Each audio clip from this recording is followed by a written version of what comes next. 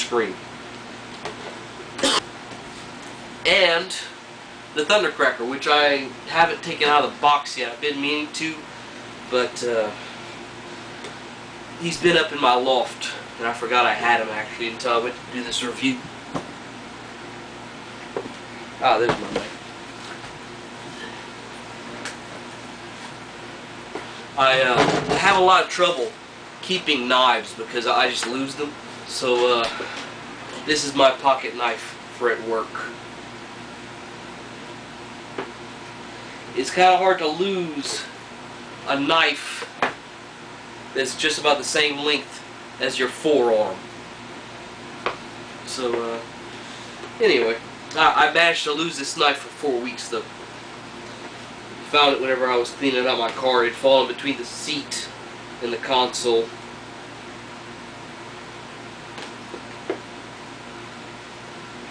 But for some reason people say that is not a pocket knife. I say it is.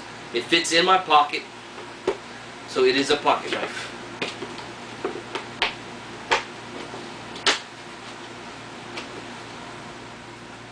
I've never understood why they have to package this quite as good as they do, because this is just completely and totally excessive. Nowhere near as bad as unpacking Unicron though.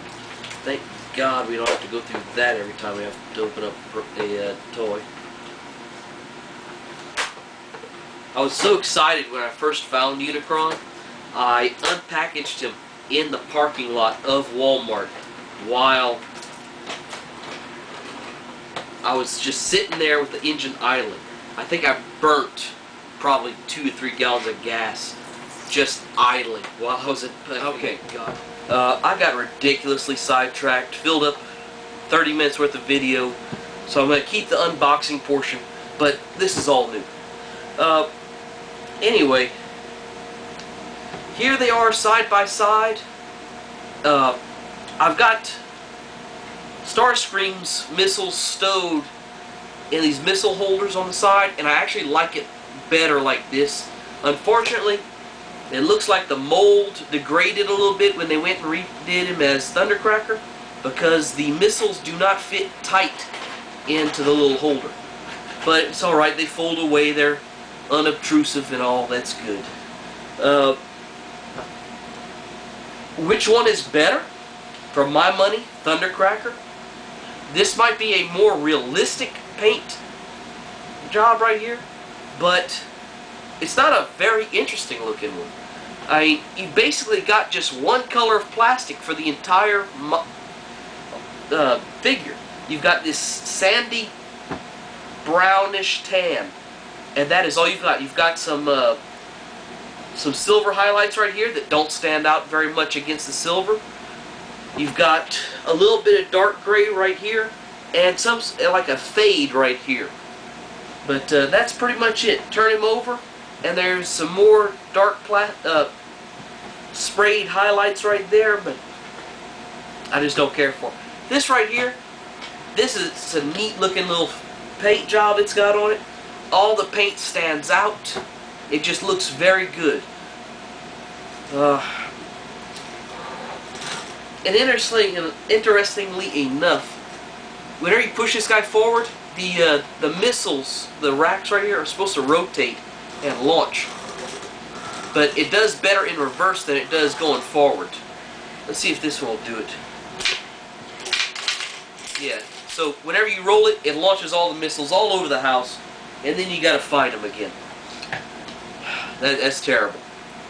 Time out. Now, one thing to bear in mind is, even though the barrels will always want to spin, there is a safety. If you take this tab right here and flip it back, it cannot hit the triggers, because that's what actually makes it fire.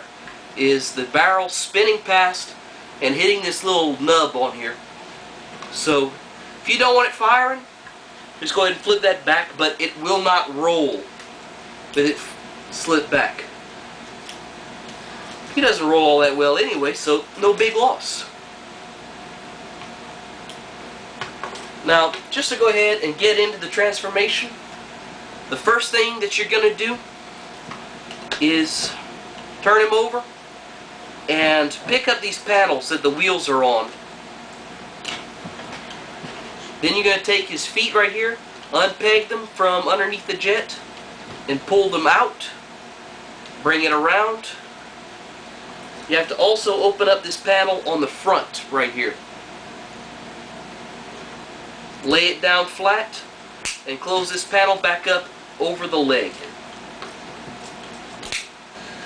The next thing you're going to go ahead and do is you're going to go ahead and pick up the jet canopy and just kind of lay that up right here, just out of the way for right now. Next thing, turn it back over again. Rotate this out to the sides to get the hips into their correct position. Drop these to the sides to put the arms into position. And once you've got everything like this, the front of the wings right here, the front edge, and I got them all spread out right now.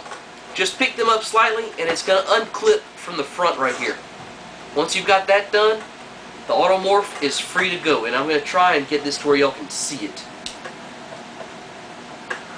And it's blocked.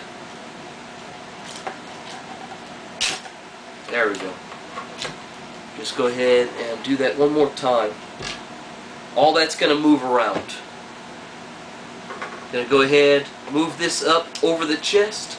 Before you do that though, they have this little small panel over the face. Go ahead and fold that down, and this will come over a little bit, and this splits to cover up some of this circuitry looking stuff on his chest. And I'll come back to that in a little bit. Then go ahead and turn these panels a little bit. And all this stuff right here, most of the time whenever I transform him, something in this area pops off, just because everything is where everything else wants to be. Okay, it's going to not do it that time. What I did was you just fold the wing in over on the top of itself, bring that back, and I had to close the legs back to be able to get the automorph to work. I'm going to take that right there, flip this up. This is going to peg into the back, and these little winglets right here are also going to hold the wings in place so they can't flop. Turn the legs to where the feet face forward, and he's got those the dog leg, chicken leg things, kind of like Dropkick did. So the joints don't quite go